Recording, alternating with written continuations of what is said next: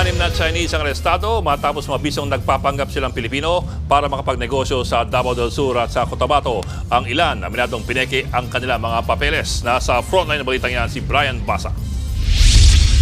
Mukha lang itong pangkaraniwang hardware store sa Digos City, Davao del Sur.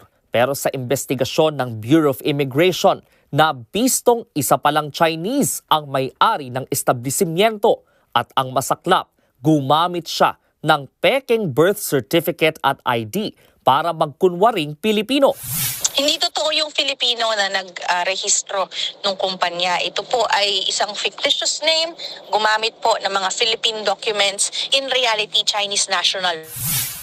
Wala roon ang may-ari nang dumating ang mga taga-immigration pero tinutugis na siya habang naaresto naman ang 50 anyos na namamahala sa hardware store na isa ring Chinese. Ayon sa immigration, may working visa naman daw siya pero para ito sa isang kumpanya sa Pasig City kaya wala raw siyang karapatang maghanap buhay sa Digos City.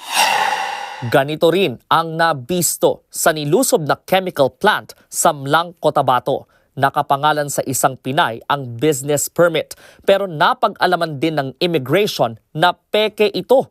Isa palang Chinese na taga Maynila ang may-ari ng negosyo.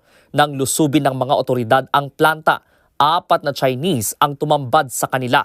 Lahat sila may problema rin sa kani-kanilang mga papeles. Ang isa nga sa kanila, inaming nagpanggap siyang Pilipino sa kanyang dokumento. Sa kabuuan, 5 Chinese ang inaresto sa hardware store at sa planta. Nakatakda silang ipa-deport. Tinutugis pa ang may-ari ng planta na taga Maynila. Tingin ng immigration, posibleng may sindikato sa likod ng mga negosyong pinipeke ang papeles. May trail po silang sinundan which led to several establishments kung saan may mga empleyado po na foreign nationals. Maaaring ginagamit nila itong mga identities na to for other activities dahil ito yung mga fake identities. Nananawagan naman ng immigration sa mga ahensya na higpitan ang pag-issue ng mga ID at papeles para hindi makalusot ang mga illegal alien.